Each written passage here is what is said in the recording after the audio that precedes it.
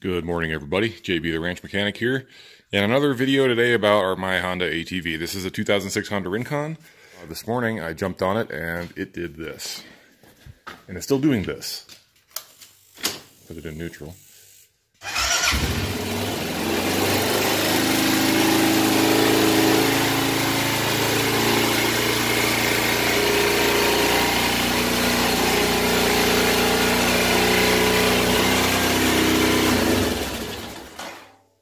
So that was about a 3,000 RPM idle without me even touching it.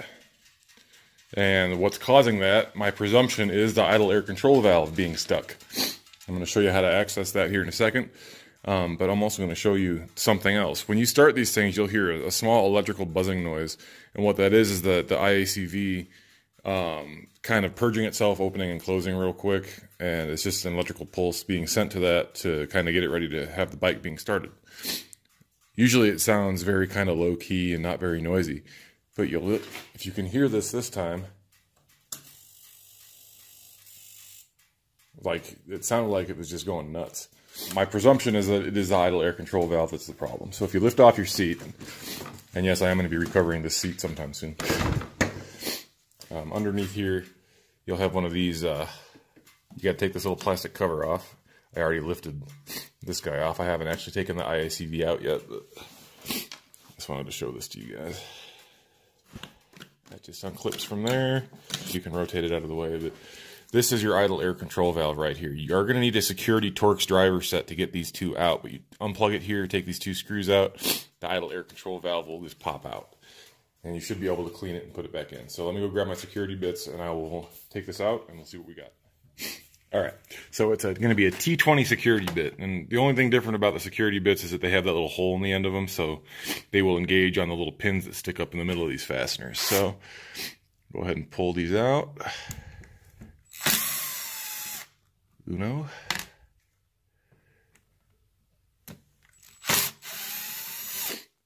Dos. Set those aside. And that should just lift out. Yeah, it's a little bit dirty. You can see. So what I'll do is just get some electronic safe cleaner. Spray that off real quick. Spray out the inside of the housing that it fits into, and we should be good. Stand by. Alright guys, so to get this sensor off, you just squeeze a little connector right here. You squeeze that so the front part lifts up, and you can just slide it out. And what I've got here is some CRC electronic safe, plastic safe contact cleaner. Whatever you use to clean this thing, make sure it is plastic safe. If you try to use like brake cleaner or something like that, especially like the crazy powerful 3M stuff that we use around here, you will absolutely destroy this sensor. So it has to be plastic safe. I like the CRC stuff because it's designed specifically for electronic equipment. It's plastic safe and it dries really quick, leaves no residue.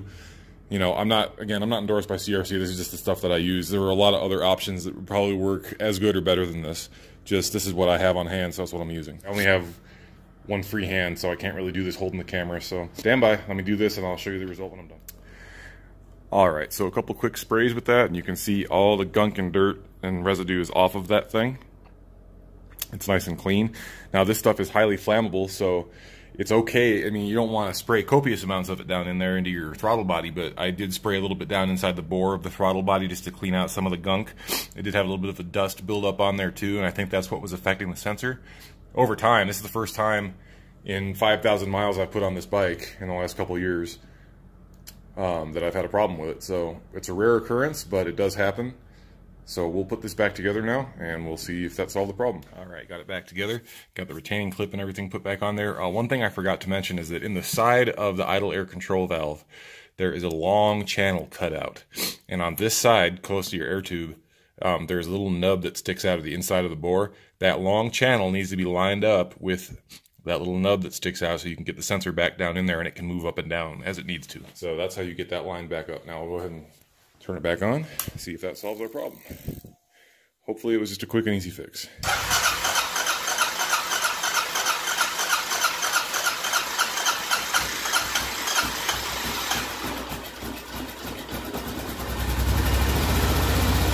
There we go. All back to normal. The reason it stuttered like that is because I sprayed that cleaner down inside there, so it had to kind of choke on that for a second until it got some fuel back to it. But as you can see, very simple fix.